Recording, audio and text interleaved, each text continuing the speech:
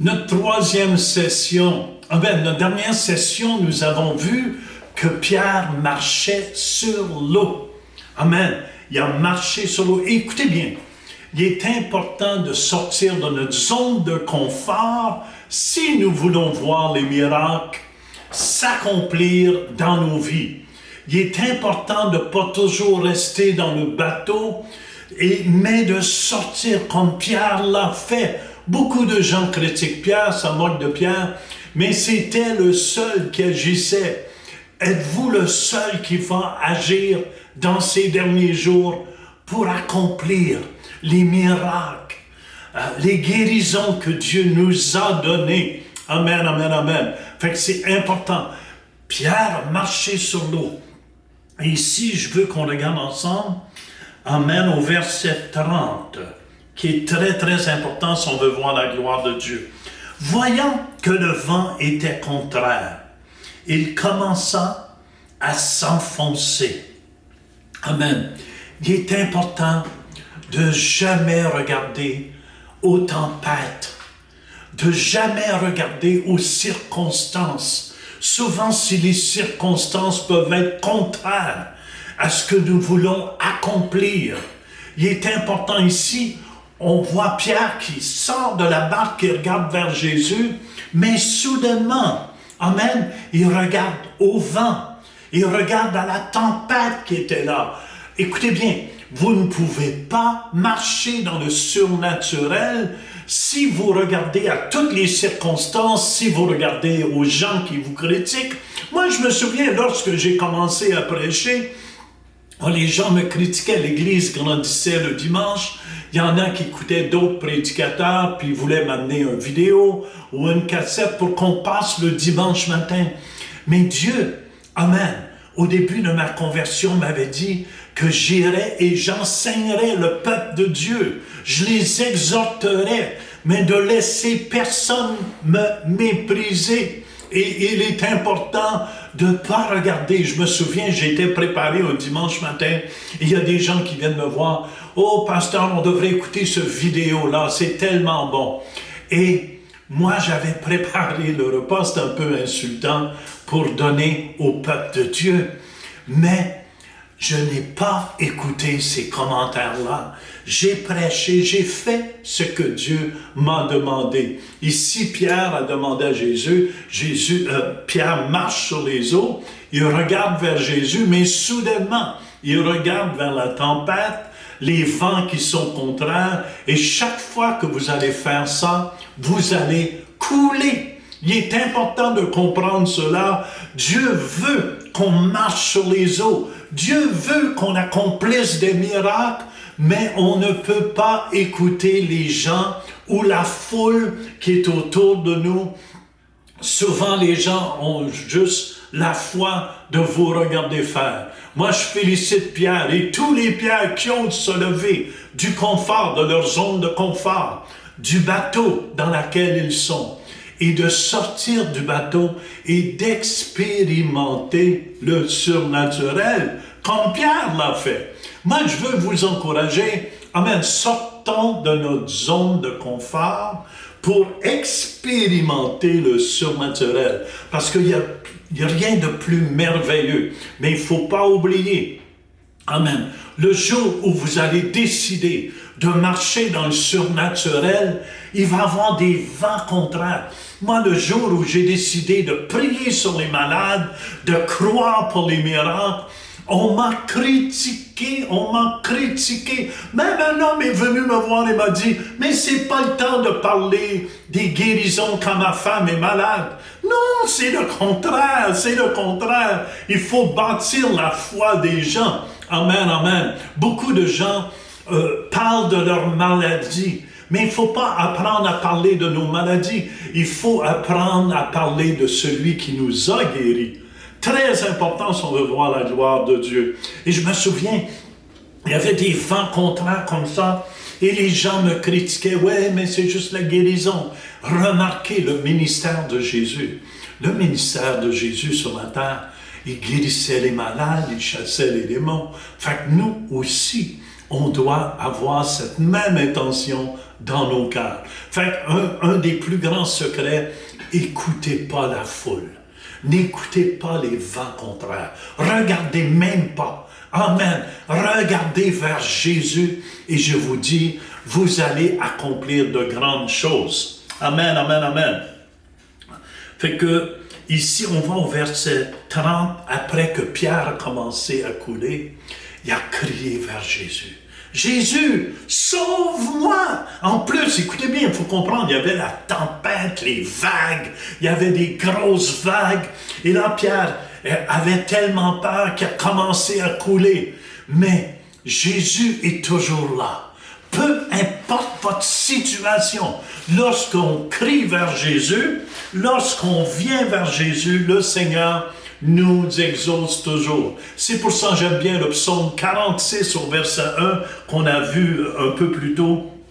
Dieu est pour nous un refuge, alléluia, et un appui, un secours qui ne manque jamais. Dites-le avec moi, un secours qui ne manque jamais dans la détresse. Alléluia.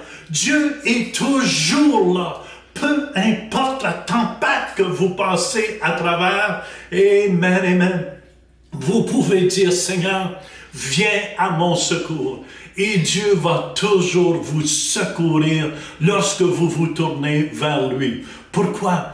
Parce que c'est un refuge que nous avons en lui.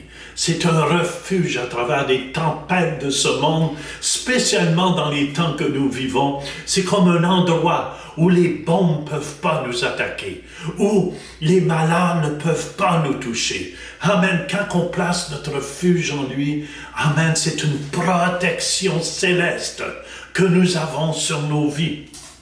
Et fait que ça veut dire, quand tu cries vers le Seigneur, Seigneur, sauve-nous, croyez-le, c'est ça qu'il fait. Alléluia. Aussitôt, il étendit la main.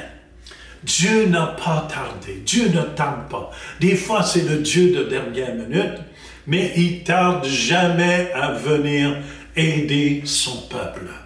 Amen, amen. Peu importe ce que vous passez à travers, peu importe. Amen. Peut-être que vous dites, moi, Jean, je passe tellement des temps durs. Amen. Mais je vous dis, si vous placez votre confiance dans le Seigneur Jésus, il va vous aider.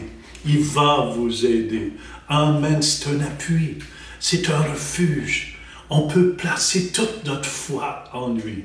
Peu importe ce qui se passe. Pourquoi? Parce que Dieu va toujours vous tendre la main. Et il vous tend la main. Alléluia, pour que vous veniez avec lui marcher sur les eaux, pour que vous sortiez de votre zone de déconfort, amen, de confort, et que vous sortez de vos habitudes, de quel sera. Non, Dieu veut que vous veniez avec lui et que vous expérimentez le surnaturel. Et le jour où vous allez faire ça, amen, vous allez voir, c'est merveilleux. C'est merveilleux ce que Jésus a. Jésus, avant la fondation du monde, il a préparé toutes sortes de bonnes œuvres pour vous.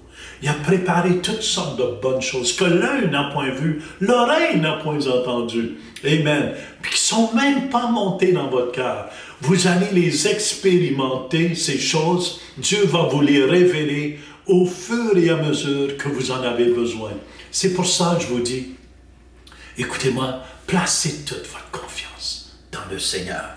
Et si aussitôt il étendit la main, Dieu va toujours vous tendre la main. Et là, il a donné une leçon à Pierre, il dit, homme de peu de foi. Vous savez, la foi, il n'y a rien de plus précieux. Enoch était tellement précieux pour Dieu. Pourquoi? Parce qu'il avait placé toute sa confiance en Dieu. Enoch plaisait tellement à Dieu que Dieu est venu l'enlever. Amen, amen, amen. Moi, je déclare que vous êtes des hommes et des femmes de foi. Amen, qu'on s'appuie de plus en plus, non sur les choses de ce monde, parce que les choses de ce monde vont passer. Amen, amen. Mais les choses de Dieu sont éternelles. Préparez-vous à voir des miracles. Préparez-vous, amen, à marcher sur l'eau aussi. Peu importe. Et je vous dis, Dieu est avec vous. Dieu est avec vous. Ici, on voit, amen, homme de peu de foi qui a dit. Et on connaît ce verset dans Hébreux 11, verset 6. Or, sans la foi, il est impossible de lui être agréable. Je veux vous encourager aujourd'hui. Une fois, on peut s'agrandir en nous. Amen. Plus qu'on expérimente la parole de Dieu, plus la parole de Dieu est dans nos cœurs, plus notre foi grandit. Fait que j'aimerais vous encourager aujourd'hui. Découragez-vous pas. Tu peux dire, Jean, j'ai prié sur un malade, puis il n'a pas été guéri. Non. Amen. Crois au moment que tu pries pour, il est guéri. Il est guéri. Alléluia. Et on va voir la manifestation se produire. Parce que sans la foi, il est impossible. Ne doutez point de la grandeur de Dieu. Ne doutez point que Dieu est avec vous pour accomplir ces miracles extraordinaires. Amen. Tout après, amen, ils montèrent dans la barque. Et quand ils sont montés, Pierre et Jésus, dans la barque, le vent cessa. Vous savez, quand Jésus est avec nous dans la barque, alléluia, toutes les tempêtes s'arrêtent. Vous savez, quand Jésus dormait dans une autre situation, dans la barque, et les flots de la mer embarquaient par-dessus. Jésus dormait, parce qu'il savait qu'il est entre les mains de son Père. Et son Père prend soin de lui, comme Dieu prend soin de vous. J'aimerais vous encourager aujourd'hui. Amen, amen. Plus vous allez placer votre confiance en Dieu, que Dieu est toujours avec vous.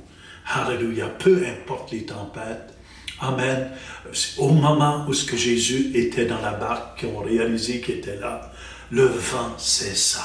Les tempêtes cessa. Je commande à toutes les tempêtes dans votre vie de cesser immédiatement au nom puissant de Jésus. Et regardez bien qu'est-ce qui s'est produit après, qui est quand même très, très intéressant. C'est notre dernier verset, le verset 33. Il vint se prosterner. Qu'est-ce que ça nous dit? La Bible nous dit, amen, il vint se prosterner. Regardez bien verset, ceux qui étaient dans la barque vinrent se prosterner devant Jésus et dire, tu es véritablement le Fils de Dieu.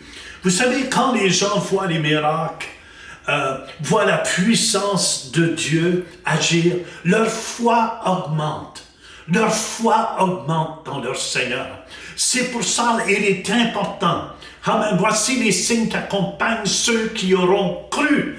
En mon nom, vont chasser les démons, vont imposer les mains aux malades, vont parler de nouvelles langues. Et il est important, les miracles vont augmenter la foi dans le cœur des gens.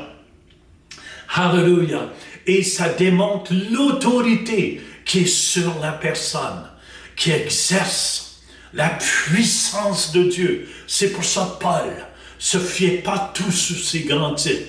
Mais il dit, ma parole ne repose pas sur des discours persuasifs de la sagesse, mais sur une démonstration d'esprit, afin que votre foi soit pas fondée sur la sagesse des hommes, mais sur la puissance de Dieu. Et je veux vous encourager, amen, vous êtes les outils de Dieu. Quand vous allez voir la gloire de Dieu, moi quand je voyais des fois des miracles extraordinaires, les gens sont portés à vous élever. Mais faites-vous-en pas. Dans le fond, c'est Jésus qui élève. Parce que vous n'êtes pas capable dans votre force de faire ces miracles. C'est Jésus qui élève en vous. Parce que, amen, et il réalise la grandeur de Dieu à travers vous. Pourquoi? Parce que ce Jésus habite en vous. Fait que j'aimerais vous encourager. Devenez un instrument entre les mains de Dieu pour voir les choses extraordinaires que Dieu a préparées pour vous et que vous puissiez accomplir des choses que personne n'a accomplies encore. Amen, amen. Jésus est avec vous et soyez remplis, soyez remplis. Soyez remplis de la puissance de Dieu et que les guérisons et les miracles s'accomplissent à travers de chacun de vous. Amen.